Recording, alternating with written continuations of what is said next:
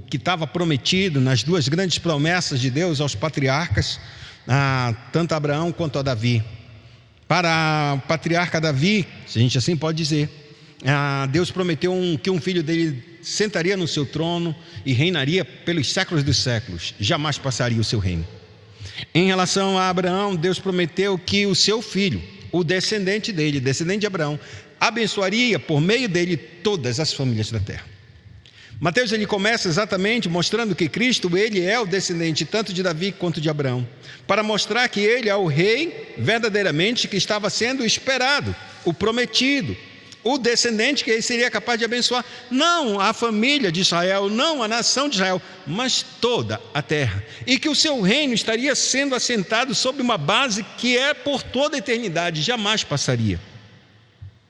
Um reino de paz e um reino de justiça. Então Mateus ele segue o pronunciamento dele e quer mostrar que esse rei tão poderoso, tão maravilhoso e tão precioso, ele é um rei que antes que ele reine em toda a sua plenitude, em toda a sua glória, ele é um rei que vai sofrer, ele é um sofredor. E então Mateus ele começa a mostrar exatamente e inicia o processo de humilhação de Cristo, pois Cristo sendo Deus se fez homem, e como homem ele nasceu do ventre de uma mulher, por obra do Espírito Santo. E Mateus ele relata exatamente isso. Maria achou-se grávida do Espírito Santo, ponto. Começa o processo de humilhação de Cristo. Aquele que era Senhor dos céus e da terra, aquele que é o Criador, se tornou criatura. E a Bíblia é clara que esse nascimento não somente foi um nascimento normal, não, todos os eventos que vão acontecer a partir do nascimento de Cristo, ou melhor, a partir da concepção, ele ainda no ventre, ele começa a sofrer as humilhações de sua vida, as humilhações dizendo, esse filho pode ser um bastardo. Foi isso que José disse, não é meu, então é um bastardo, eu não vou aceitar uma criança para ser minha. E então Deus entra na vida de José e diz, não aceite e casa com Maria, porque o filho dela não é de um ser humano, é do próprio Espírito de Deus. Então José aceita a missão de ser o pai adotivo do Filho de Deus. Nascida essa criança, a Bíblia declara que ele nasce no meio de sua família, no meio dos seus parentes, porém não na casa dos parentes. Rejeitam-se essa criança, bem como Maria, daquele lugar de Belém de Judá, que era só parente de José e de Maria. Não tinha ninguém que abrisse a porta para uma grávida de 9 meses dar à luz. Colocam ela num estábulo e lá Jesus nasce num estábulo totalmente, vamos dizer assim, indecoroso para com o Rei do Universo. Então é isso que dão os homens para Jesus, a rejeição. E quem vai descobrir que esse rei nasceu são pastores que também eram rejeitados, e é o anjo que falam a eles, e eles vão ver Cristo na manjedoura, deitado, envolto em lenços. Não tinha enxoval Cristo, tinham lençóis, vamos dizer assim melhor. E aí sim, esses pastores vêm e alegram-se, contam as novidades e vão muito satisfeitos de ter visto o Redentor, o Messias.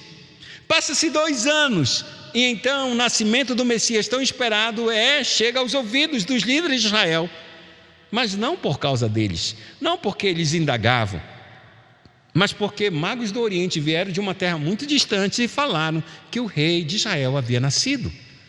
E então Herodes quis matar essa criança e fez formou uma artimanha, um ardil para enganar os magos, dizendo, vão me descobrir onde está uma criança, porque também eu quero adorá-lo. E a Bíblia declara que naquele dia, naquela noite propriamente dita, os magos não sabiam aonde o Messias nasceria. Eles sabiam que era em Jerusalém, era em Belém de Judá, não, sabiam que era em Israel. Então, se é um rei, deve estar nascido no palácio. E eles foram para Jerusalém, para o palácio, achando que a criança estava lá. Só que a profecia não diz isso. Então, os líderes religiosos mostram que a profecia diz que era e seria em Belém de Judá, o nascimento do Messias. E então os magos vão direcionados por aquela profecia agora a Belém de Judá. Eles voltam a ver de novo a estrela, e a estrela brilha exatamente onde Jesus estava morando. E então adentraram aquela casa e encontraram a mãe e seu menino.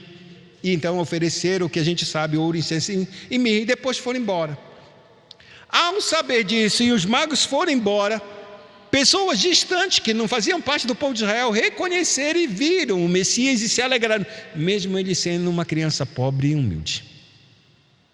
Fato é que eles vão embora, não voltam para Jerusalém, e então Herodes resolve, sabe fazer o quê? Matar a criança. Como ele não sabia quem era a criança, ele mandou matar todas as crianças de 2 anos para baixo, em Belém e nos seus arredores, porque vai que ele tenha nascido em alguma aldeia mais próxima de Belém, e que era chamada de Belém. Então ele manda matar, e só que Deus novamente intervém sobre a vida do filho, dando um sonho para José para sair dali, senão uma criança morreria. José obedece e vai para o Egito. Depois que Herodes morre, vem o seu filho e toma o seu poder, Deus manda que José volte para Israel, e ele volta para Israel. E quando ele volta para Israel, ele quer voltar de novo para Jerusalém, mas ele percebe que o filho de Herodes estava reinando naquela região e era tão mau e perverso quanto o pai. Então ele tem medo e prefere não ir para Belém. E a Bíblia diz que, direcionado pelo Espírito Santo, ele vai para Nazaré, uma cidade extremamente afamada, ou de má fama. E lá ele vive. Jesus vive durante os seus primeiros 30 anos, vivendo como um cidadão normal, um pobre carpinteiro, filho de um carpinteiro. É isso que é a vida de Jesus pelos próximos 30 anos dele. Ou melhor dizendo, uns 25 anos mais ou menos. Porque ele sai e ele volta já bem criancinha, já lá para os seus voltas dos seus 5 anos mais ou menos, ele está retornando do Egito. Fato é que, por que eu estou contando isso? Porque agora, quando Jesus completa 30 anos, ele vai para cumprir a missão que o Pai havia determinado. E a primeira coisa que ele tem que fazer é o quê? Ser batizado. E aí João encontra com ele e diz: se tu vens a mim, eu tenho dito que eu é que tenho que ser batizado, porque tu és o batizador com o Espírito Santo. Então é você que tem que me batizar, não sou eu que tenho que te batizar. Esse batismo é somente para pecadores, para as pessoas erradas, para as pessoas que fizeram os seus pecados e cometeram os seus pecados, e Deus está dando um coração novo para eles, uma nova oportunidade para receber o Senhor, aquele que vai batizar com o Espírito Santo. E Jesus não discute com este homem, só diz: por agora é necessário que a gente cumpra toda a justiça de Deus. Vem e me batiza. Naquela hora Jesus ele estava assumindo a nossa condição de pecador. Ele estava assumindo a condição pecadora de toda a nação de Israel, que não estava preparada para receber o Messias. Jesus, nessa hora, ele se faz verdadeiramente um pecador. Assume agora a nossa vida de pecador, para mostrar verdadeiramente a Deus que agora, como deveria ser o Israel, o verdadeiro Filho de Deus, ou o verdadeiro Adão, Jesus ele começa. E depois de ser batizado, a Bíblia declara que Jesus então parte para o deserto. Ele é impelido pelo Espírito para ser tentado no deserto. Lá ele é tentado, passa 40 dias sem comer, e então ele tem fome, e Satanás faz as suas grandes tentações.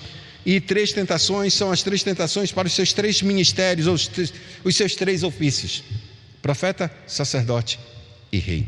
Para cada uma dessas tentações há sempre um lado que está apontando exatamente: se não és o profeta, o Filho de Deus, a palavra de Deus, o verbo vivo, então a palavra diz que tu tem poder para transformar essas pedras em pão. Transforma. Jesus diz: nem só de pão viverá o homem.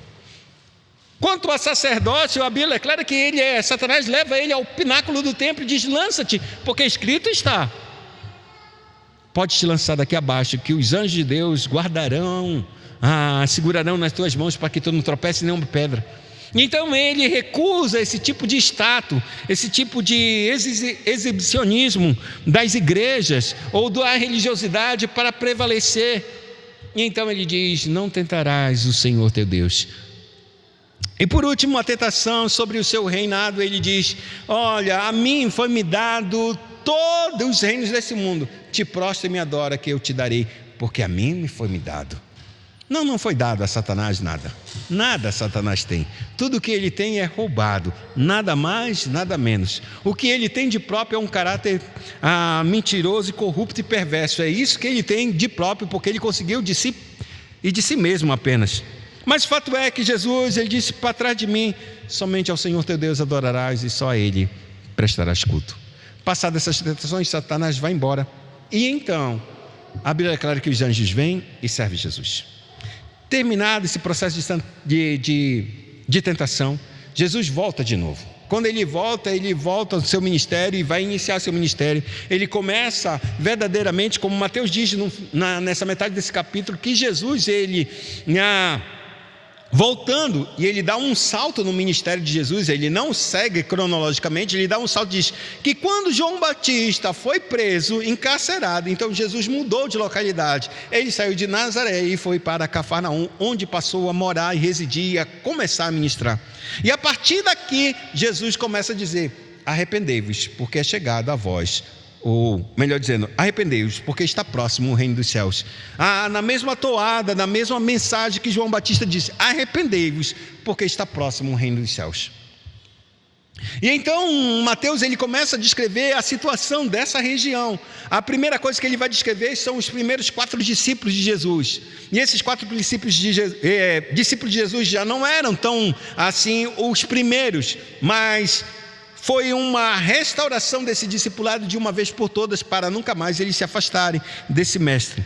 E então ele começa a dizer aonde estava Jesus no seu grande ministério na Galileia, uma região extremamente de trevas, uma região de sombra de morte, onde eles tinham totalmente se apartado da religião judaica, não conseguiam ver Deus e não acreditavam nos seus líderes, de maneira que o povo estava extremamente corrompido. E é nessa região que Deus começa a manifestar a sua graça maravilhosa, mostrando como uma luz maravilhosa de mudar todas as coisas, sejam dores, sejam enfermidades, sejam doenças, seja o que for.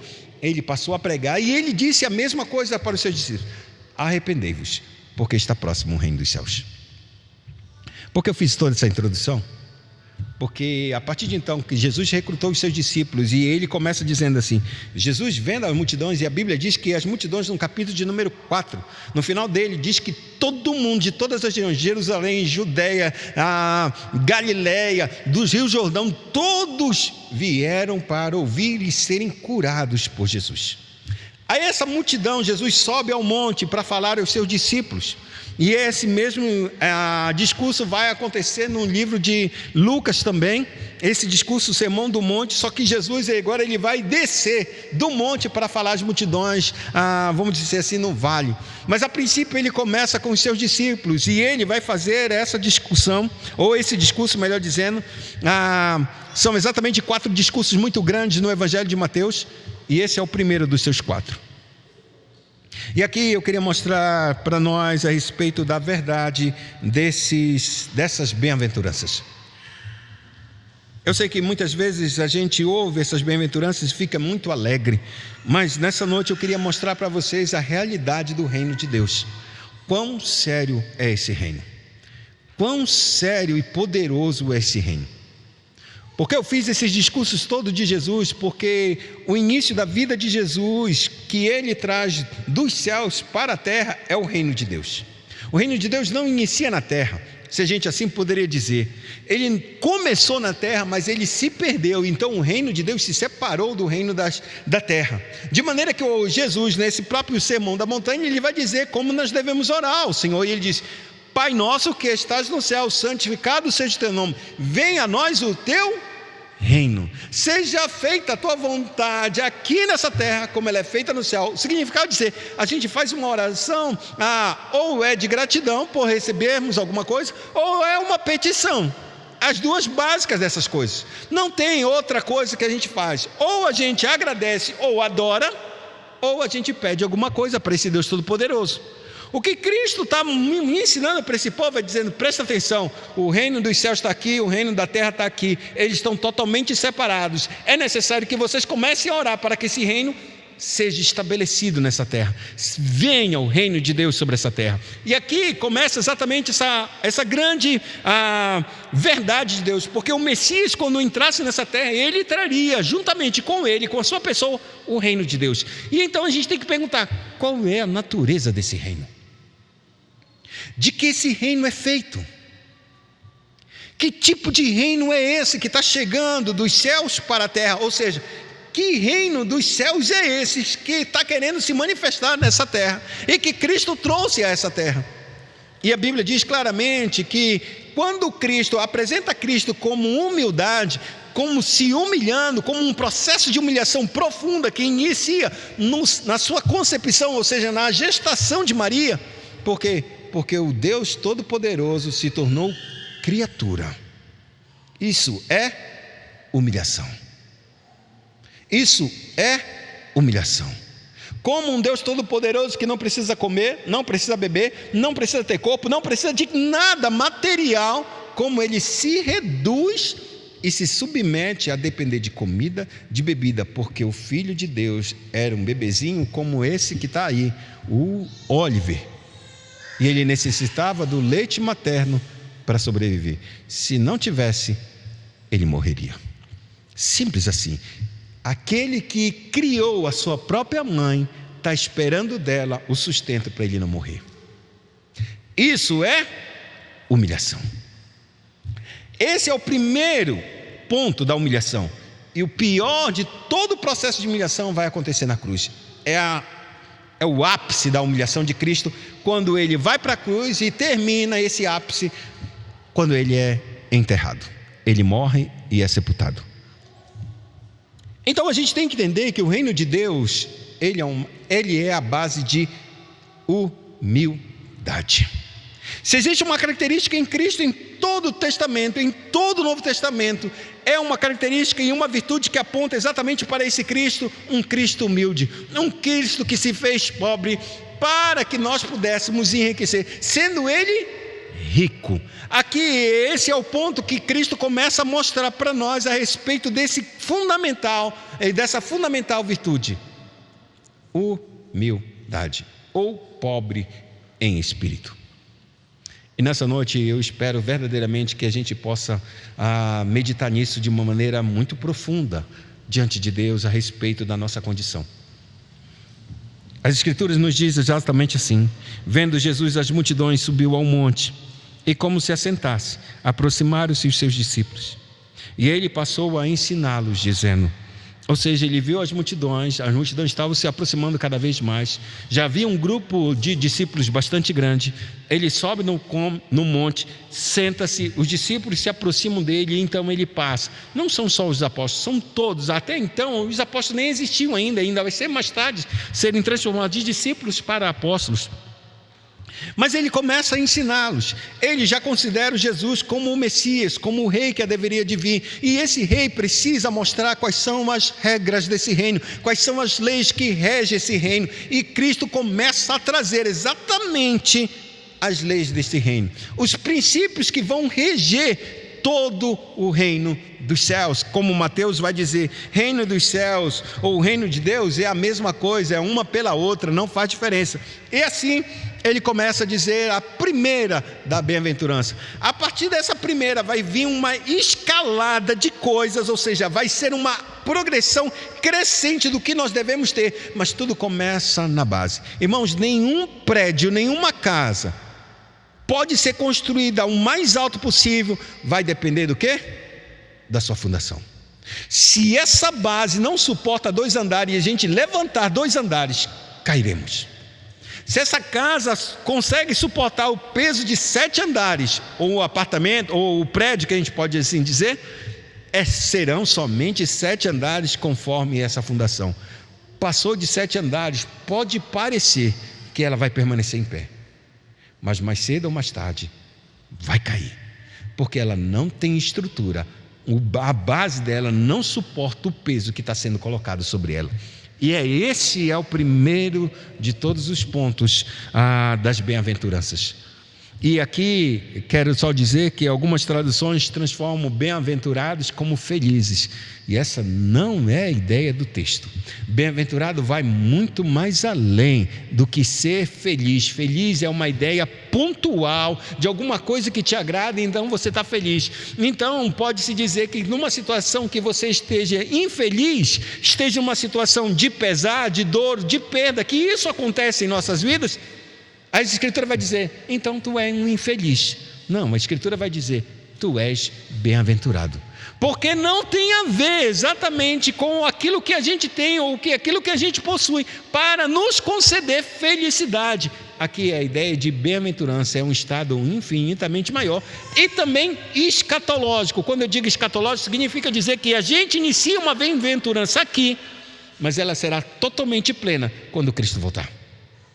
Por isso que não importa se a gente estiver passando por uma situação ruim, a gente não deixou de ser bem-aventurado, a gente ainda continua sendo bem-aventurado. E por causa disso, a primeira base de todas as virtudes, ele começa nesse verso de número 3 dizendo, bem-aventurados os humildes de espírito, porque deles é o reino dos céus. Mas essa palavra humilde não é correta aqui exatamente. A tradução correta seria pobre de espírito. Pobre em espírito, não é nem de, é em espírito. E aqui a gente começa a montar o texto, e ele termina dizendo a bem-aventurança. O que eu ganho se eu for pobre em espírito ou humilde de espírito? O que eu ganho? Jesus disse, aqueles que são assim, porque deles é o reino dos céus. E aqui começa a nossa mudança. A gente sabe que na igreja há todo tipo de pessoa, correto? Todo tipo de pessoa. Há pessoas mesquinhas, há pessoas generosas, há pessoas muito justas, há pessoas iracundas, há pessoas que são que falta misericórdia, e tem pessoas com grande misericórdia. A gente vê todo tipo de pessoas. Há pessoas que estão extremamente humildes na igreja, e há pessoas que são soberbas na igreja. Não é verdade? Orgulhosas, altivas, algumas mais, algumas menos. A gente sabe desse panorama da igreja. Olha para esse texto e diz, quem pertence ao reino dos céus? Os humildes, porque deles é o reino dos céus. O que Jesus está dizendo é uma coisa muito séria para nós. O reino dos céus está desse lado, e os orgulhosos estão desse. Se você é orgulhoso, você não pertence ao reino. Se você é rico, você não pertence a esse reino. Se você é rico em espírito, como diz no livro de Apocalipse, capítulo número 3, eu sou rico e abastado, tenho muitos recursos, tenho tudo. E o próprio Cristo, ao falar com essa igreja, diz, tu não sabes que tu é pobre, cego e nu, miserável que tu és. Aconselho que de mim compres ouro, aconselho de mim que compres colírio para ungir teus olhos, veste para cobrir tua nudez. Tudo isso, Cristo está dando uma mensagem para uma igreja que se achava o quê? Rica, não preciso de mais nada, rica em espírito, tinha suas posses, tinha suas coisas, mas o que ela era? Miserável, e andava nua diante de Deus, ou seja, sem uma veste de justiça, ou seja, com os seus pecados à mostra, mas achando que estava justificada diante de Deus e que estaria dentro do reino de Deus. O que Cristo aponta aqui, o orgulho e a vaidade nossa, a soberba nossa, ela é inconcebível, ela é, que a gente pode dizer, não se completa reino de Deus e orgulho. Por isso, quem é orgulhoso não está no reino. Quem é rico em espírito, o reino não pertence. Coloque uma grande ponto de interrogação para todos os orgulhosos e todos os ricos em espírito. Pode ter certeza, ou essa pessoa será quebrantada e se humilhará para ela pertencer a esse reino, ou ela não faz parte do reino de Deus. E isso é a coisa mais séria que Cristo está trazendo, porque a partir desse momento, se a gente não inicia com um processo de humildade, como um processo real e verdadeiro interior de que a gente é pobre em espírito, e aqui essa palavra pobre significa dizer, eu sou tão pobre, tão miserável, que eu preciso da ajuda de qualquer pessoa para me sustentar. O que Deus estava dizendo, ou o que Cristo estava dizendo para essa igreja que estava ouvindo Ele, para os seus discípulos que estavam ouvindo, disse, vocês têm que ser tão pobre, tão miserável quanto aquele que precisa de como é um mendigo, porque esse é a descrição daquele mendigo, como o cego de Jericó, Bartimeu, que estava ele estava mendicando, ele procurava apenas umas moedas. Ou aquele que estava sentado no pórtico de Salomão, quando Pedro e João chegaram, ele estendeu a mão pensando que eles iam dar para ele alguma moeda, alguma prata, algum ouro, para ter o que comer naquele dia. O que Cristo está apontando, ele disse, você tem que ser igualmente como esses homens, mas isso no seu interior, encontrar em Deus, somente em Deus, aquele que pode sustentar a tua vida, aquele que pode salvar a tua vida. Você não encontra recurso, você não busca nenhum outro meio a não ser na dependência e na misericórdia de Deus, de Ele te salvar.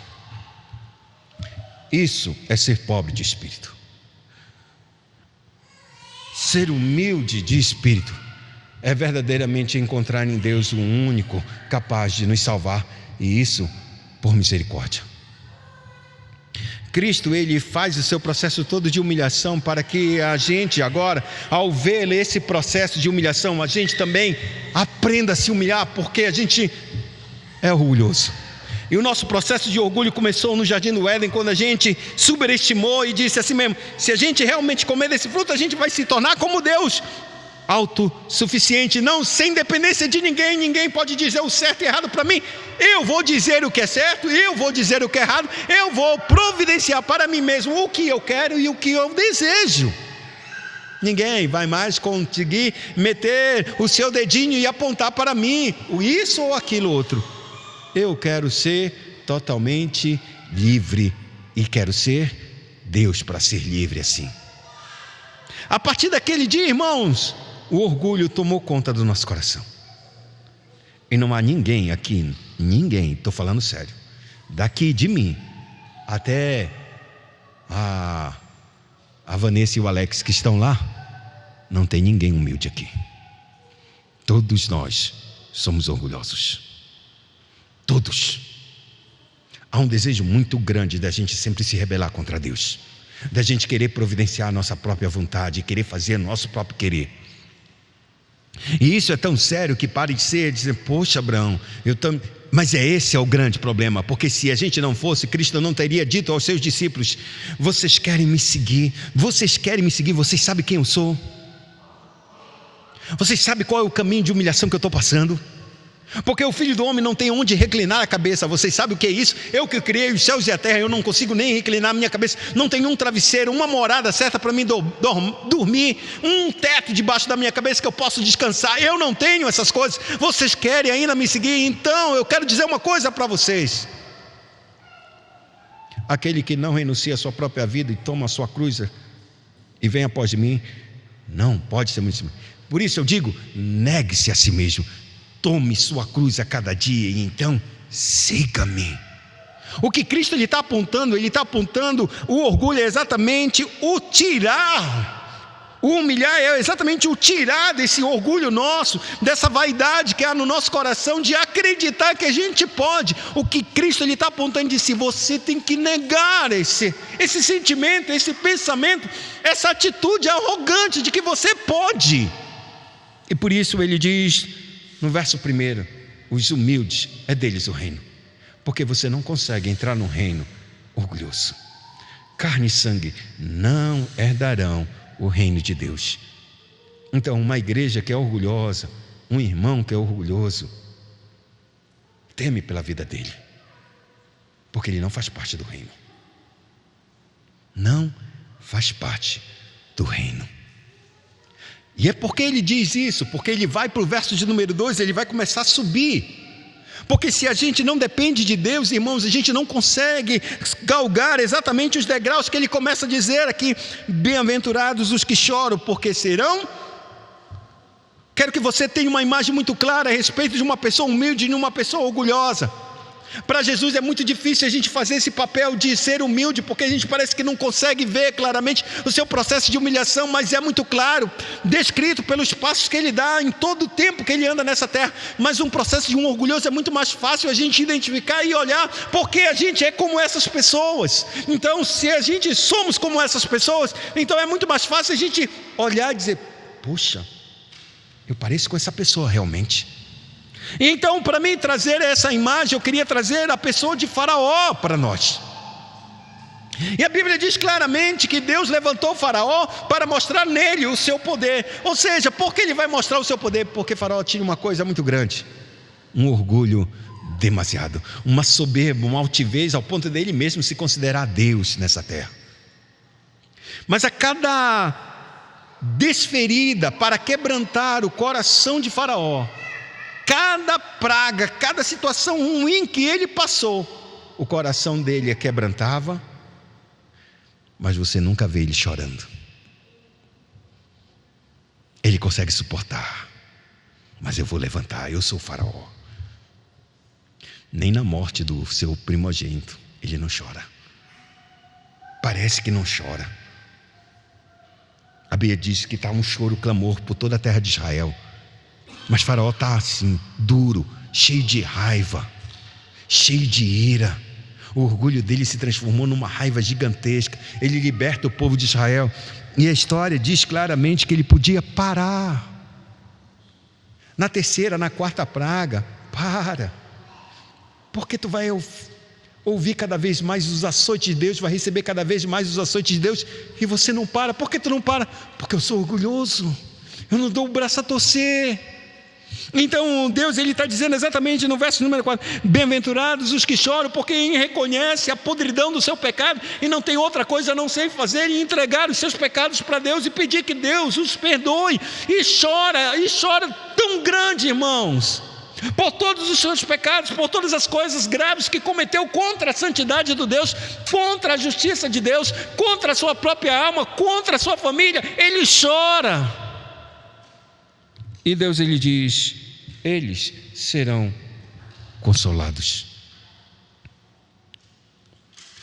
Se a gente não entender que a gente deve se humilhar e deve reconhecer que Deus e as leis de Deus são a nossa vida de fato, aquilo que rege, o que é certo, o que é direito, se a gente não é capaz de nos submeter, a gente nunca jamais seremos capazes de chorar por aquilo que Deus disse: não matarás, não adulterarás, não furtarás, não darás falso testemunho, não mentirás, honra teu pai e tua mãe. Quantas vezes a gente erra tanto isso e aí a gente acaba não chorando, não se humilhando, não pedindo perdão. E como nós seremos consolados? Jamais, irmãos, jamais. Porque uma coisa é a gente reconhecer que Deus é capaz de nos dar, como ele diz: vinde e arrazoemos. Se os pecados de vocês foram vermelhos como o carmesim ou como a escarlata, eles se tornarão brancos. Vinde, me peçam perdão. Mas a gente às vezes olha que Deus pode nos dar, não sente dor, não sente choro, não tem nada, irmãos. Eu gosto de comparar esse texto com daqueles que choram, duas perspectivas, do orgulhoso e do humilde. O orgulhoso está na pessoa de Pedro, mas também ele é humilde, porque Cristo naquela noite, ele disse para ele, disse: Pedro, essa noite tu vai me negar. Ele disse: jamais vou te negar, eu vou dar a minha vida por ti. Ele disse: não, essa noite, antes que o galo cante 3 vezes, tu me negarás. E Pedro já viu tantas coisas de Deus, viu tantas coisas de Deus, tantas obras de Cristo, todas as palavras que Cristo falou, ele viu e todas elas se cumpriram, nenhuma caiu. Ele viu quando um centurião chegou perto de Cristo e disse: vai lá e cura meu servo. E o Senhor disse assim: meu irmão, então eu vou. Ele disse: não precisa tu ires, não te incomoda, não sou digno que tu entres na minha casa, basta tu dizeres uma única palavra e o meu servo será curado, porque eu sei, estou sujeito à autoridade e tenho homens debaixo de minha autoridade. Se eu mandar para um soldado, vai ali, ele vai. Se eu digo outro, vem aqui, ele vem. E eu sei que tu tem essa autoridade. se tu disser uma palavra, o meu servo será curado. E Jesus disse: nunca vi fé em toda a terra de Israel. Vai, o teu servo está curado. A Bíblia declara que então aquele homem foi no meio do caminho, os servos encontraram com ele e disseram o quê? Não precisa mais incomodar o mestre, teu servo já está bom. Que horas ele ficou bom? Foi ontem, aquelas horas. Aí ele descobriu, foi exatamente a hora em que Jesus tinha dado a palavra: o teu servo está curado. Pedro viu tudo isso, viu a pesca maravilhosa, viu todas essas coisas maravilhosas nesse texto aqui, irmãos. No final da vida, Jesus, ele viu tudo. Pedro viu todas as palavras de Cristo, e todas como deram certíssima, nenhuma caiu por terra. Viu Lázaro ressuscitar 4 dias de morto, fresquinho na sua mente. E agora Jesus vai errar justamente com ele,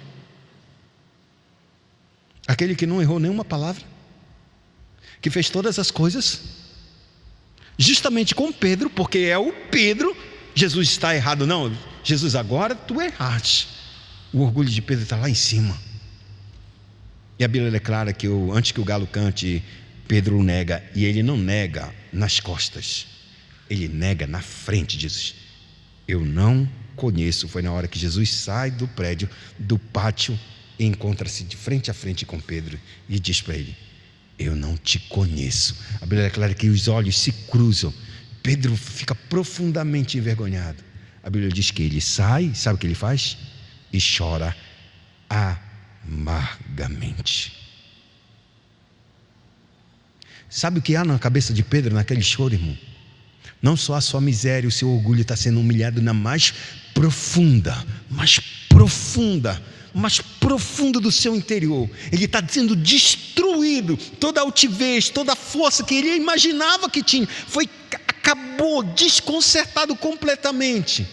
E uma coisa só tinha no coração dele, uma esperança muito leve e pequena, mas isso guardava o coração e a alma dele. Ele disse que ia ressuscitar. Tomara que ele ressuscite. Tomara que isso passe. Tomara que isso não aconteça mais. Ele vai sair dali, eu não sei como. É que eles não era uma esperança viva, irmão. Não era uma crença, era uma possibilidade de quem sabe ele sempre diz tudo certo e deu certo comigo. Quem sabe eu tenho uma outra chance de falar com ele. No mesmo momento temos Judas Iscariotes, que o trai, e diante dele Jesus fala: amigo, com um beijo tu me traz? A Bíblia diz que então Jesus ele é preso e levado pelos soldados. Judas, ele parece se arrepender, porque ele disse: traí sangue inocente, toma o dinheiro de volta, dá para os sacerdotes o dinheiro que ele recebeu para trair Jesus. E então os sacerdotes: não, fica contigo, isso eu não tenho nada a ver, mas eu traí um sangue inocente. Ele não reconhece que Jesus é o Filho, mas ele reconhece que ele fez uma coisa errada, machucando um homem inocente. E a Bíblia diz claramente que os sacerdotes não querem, mas ele joga o dinheiro para dentro do templo. Eles pegam o dinheiro e compram um campo para cemitério. Judas sai dali com um remorso tão profundo, sai dali e foi se enforcar. O orgulho faz isso com a gente. Ele não sai para chorar aos pés de Deus. Então o final é a gente mesmo se matando na nossa vida. O orgulho vai nos matar, irmãos. Vai destruir nossa vida. Ele tira toda e qualquer possibilidade da graça de Deus ser estendida para nós, porque a gente recusa o prato que Deus está nos dando. Ele recusa o pão vivo que Deus está nos dando. Ele recusa, como um miserável que depende de tudo, até de água. Ele recusa a água da vida, as águas vivas que Cristo é. Ele recusa, irmão. Não pode chorar. Não chora pelos seus pecados. Então ele chega no verso de número 5: bem-aventurados os mansos, porque herdarão a terra. Só que nessa palavra aqui seria mais correto dizer humildes. Na tradução seria melhor essa: bem-aventurados os humildes. O que ele diz? Por que ele vai herdar essa terra, esse homem? Por que ele vai chegar a essa posição? Porque ele vai chegar, porque ele já não luta mais, irmão. Não briga mais, não discute mais. Ele sabe que tudo é de Deus e só Deus pode dar as coisas que deve dar a nós. A gente não pode entrar em guerra, a gente não pode ser violento, a gente não pode usar as mesmas armas desse mundo para conquistar qualquer pedaço desse chão, irmão. Porque quem faz isso não é humilde. Quem faz isso não conseguiu chorar pelos seus pecados e não entendeu que tudo é Deus que nos dá. E então ele diz no verso de número 6: bem-aventurados os que têm fome e sede de justiça, porque eles serão fartos. Nesse verso, a Bíblia está apontando para nós exatamente uma coisa: que quando Cristo ele desce e ele se torna, segundo o apóstolo Paulo, ele diz: Cristo se tornou tudo para nós: sabedoria, redenção, justificação. Ele é a justiça, porque aquele que não conheceu o pecado se fez pecado por nós, para que nós pudéssemos ser feitos justiça de Deus. A fome e a sede de justiça é para que viva uma vida reta e justa diante de Deus. Assim como se tem fome de pão, assim como tem sede de água, a gente tem que desejar mais do que qualquer outra coisa, com um coração humilde, que a gente precisa muito do perdão de Deus, da graça de Deus, para nós não voltarmos à nossa nova vida, ou manter o nível de santidade que a gente já chegou, porque o nível de santidade deve aumentar, nosso nível de humilhação deve aumentar, tem que ser progressivo, irmão. A gente não pode se humilhar um dia e no outro dia ser orgulhoso. Cristo começa como um bebê pequeno, como um feto, se a gente assim pode dizer, desde lá da sua humilhação, e vai culminar no túmulo. Ou seja, a vida dele toda é de humilhação. Nunca se levantou, nunca se ergueu. E como nós podemos nos erguer por tão pouca coisa? E então, no verso de número 8, ele termina dizendo assim mesmo: bem-aventurados os limpos de coração, porque verão a Deus. Nossa, como a gente chega nesse ponto? Ser limpo de coração. Salmo de número 15, ele disse: quem habitará e subirá no teu tabernáculo, ó Senhor? Aqueles que são limpos de mão e puros de coração. Esses vão entrar, esses vão subir, esses vão assistir à face de Deus. E então a gente chega, quando Jesus está dizendo limpo de coração, então quer dizer que é uma perfeição plena e completa. Estamos inseridos nela, estamos sim inseridos, mas elas têm de ser aperfeiçoadas e ela chegará naquele ponto. O que Jesus está tratando aqui é sobre pecados confessados e pecados perdoados. Não existe nenhuma culpa e nem condenação mais nesse coração, porque ele se abriu, chorou e foi limpo por Deus, pelo perdão de Deus. Esses limpos de coração começaram a ver Deus, ou seja, começaram a ver o Cristo, e um dia verão face a face. Hoje a gente vê Cristo por onde? Pela fé. Mas um dia os nossos próprios olhos verão Ele face a face. Mas ninguém verá Cristo pela fé se não for perdoado. E se você não é perdoado é porque você nunca viu o Cristo de Deus. Porque eu digo que ele termina aqui? Porque a partir de então, desse ponto em diante, há uma mudança na história. Há uma mudança na perspectiva desses bem-aventurados. Esses bem-aventurados que se humilharam, esses bem-aventurados que choraram, esses bem-aventurados, como diz a palavra no verso de número, tem fome e sede, e aqueles que foram misericordiosos, ou seja, que verdadeiramente receberam do cuidado e da misericórdia de Deus, eles chegaram a esse estado, eles não guardam mais mágoa. Eles entendem que as mágoas e os pecados que eles ofenderam a Deus foram infinitamente maior, e todo aquele que comete pecado contra ele é porque não conhece a Deus, que o faz chorar e que o faz sofrer porque não conhece a Deus, e por isso ele age com misericórdia. E então esse coração que não guarda mágoa, que está limpo de coração, ele entra no verso de número 9 dizendo: bem-aventurados os pacificadores, porque eles serão chamados filhos de Deus. A ideia de pacificador é aquele que faz exatamente com que duas pessoas que eram inimigas se tornem amigas. Ele é o agente para trazer uma unidade e uma paz. Cristo, ele faz isso reconciliando Deus conosco, reconciliando nós conosco mesmo e nós com o nosso próximo. Então Deus, uma vez que ele transforma o nosso coração, ele não espera nada mais, nada menos do que vocês sejam um agente de Deus e não promover guerras, inimizades, mas paz. porque esse é um emblema daquele que foi verdadeiramente perdoado por Deus, e o seu coração não guarda mágoas, nem rancores, nem de si próprio, nem de qualquer outra pessoa, porque ele está puro. Então esses pacificadores serão chamados literalmente filhos de Deus, porque o orgulhoso quer a guerra, irmão. Não é assim que diz a Escritura? Uma palavra branda acalma toda a tempestade, mas uma palavra iracunda suscita ira. Nós não fomos chamados para promover inimizades, irmãos, mas para mover restauração, reconciliação.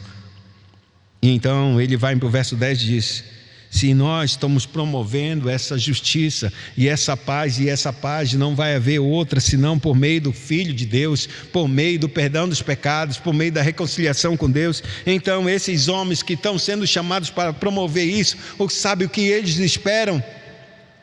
Perseguição. Então no verso 10 e no verso de número 11 diz exatamente isso: bem-aventurados os perseguidos por causa da justiça, porque deles é o reino dos céus.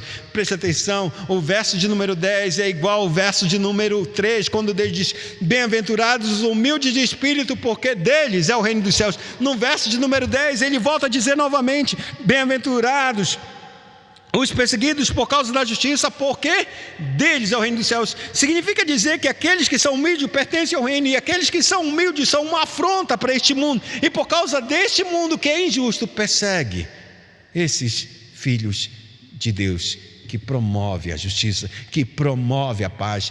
É como diz o profeta, diz: bem-aventurados são aqueles que trazem as boas novas, que vestem os calçados dos pés daqueles que anunciam a paz. E aqui nesse texto é exatamente isso: o pacificador que saiu para unir os homens, para trazer o reino de Deus. Esses homens entendem como um mal a sua passagem nessa terra, então se levantam para persegui-lo.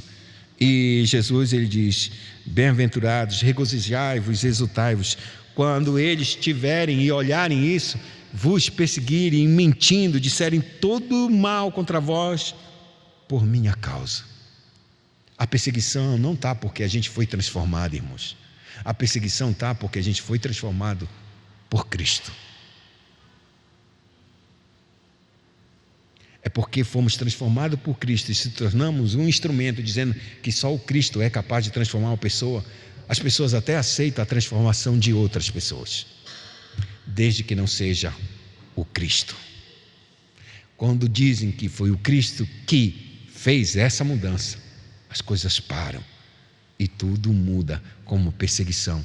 E Deus, ele está dizendo exatamente isso. O Cristo diz: exulta, regozija, te alegra, porque o reino de Deus está desde o início. E você deve ser como um dos profetas do passado, que também caminharam e disseram para os homens como eles deveriam fazer e como eles deveriam viver, e eles foram mortos e perseguidos. Você não é diferente. O reino de Deus é um reino de humildade, um reino que depende de Deus. Qualquer um que saia desse caminho saiu do reino de Deus. Por isso eu encerro nessa noite, para que a gente entenda que o processo de humildade, irmãos, ele começa. E se Deus quer nos fazer e nos tornar verdadeiramente cidadãos dos reinos, do reino de Deus, se a gente tem de pertencer a esse reino, Deus vai quebrar o nosso coração. E Ele vai quebrar de muitas formas e de muitas maneiras. Porque o que é para mim, para ser quebrantado no meu coração, para me tornar humilde, para que eu continue neste reino, nunca vai servir para você. Seja fome, seja escassez, seja uma doença, seja a perda de um casamento, seja a morte de um filho, seja a perda de um trabalho, seja a rejeição de teus amigos. Não importa os instrumentos que Deus vai fazer para humilhar o nosso coração, porque Ele vai fazer. Se Ele tomou a minha vida e tomou a sua vida, Ele não vai aceitar esse Abraão orgulhoso e nenhum de vocês orgulhosos. Ele tem que quebrantar o nosso coração, para que lágrimas verdadeiras de um coração possa ser derramada aos seus pés. Não porque Deus gosta de nos ver chorando ou nos ver mal. É porque Ele não gosta de ver orgulho no nosso coração. Porque se existe uma coisa no reino de Deus, não é orgulho, é humildade. E humildade é reconhecer exatamente quem somos, literalmente quem somos, e não podemos sair um mais nem menos. Isso é a perfeita humildade. Sei quem eu sou e o que eu posso fazer. Qualquer coisa acima do que eu sou e qualquer coisa abaixo do que eu sou é orgulho. É orgulho, irmão. Quando uma pessoa diz: não sei, eu não consigo, eu não sou muito bom, e começa a se depreciar, a gente pensa: essa pessoa, puxa, fica se depreciando, parece meio humilde. Não tem nada de humilde. Isso é um orgulho na esfera negativa, se a gente pode dizer assim. Quando uma pessoa se diz que é isso e aquilo outro, acima daquilo que realmente é, isso é orgulho na esfera positiva, ou seja, no mais elevado do orgulho, onde todo mundo destaca. Mas a situação de comiserabilidade, como a pessoa: eu sofro muito, eu sou isso. Não pense que essa pessoa não está em orgulho, ela está em orgulho. E orgulho muito forte, muito profundo. E tanto esse quanto esse aqui é muito difícil. É necessário um quebrantamento muito profundo para voltar de novo ao centro. E o centro é dependência total de Deus. Porque Ele pode me dizer quem eu sou, e Ele também me diz quem eu não sou. Que Deus em Cristo possa nos abençoar. Incline sua cabeça, oremos ao Senhor.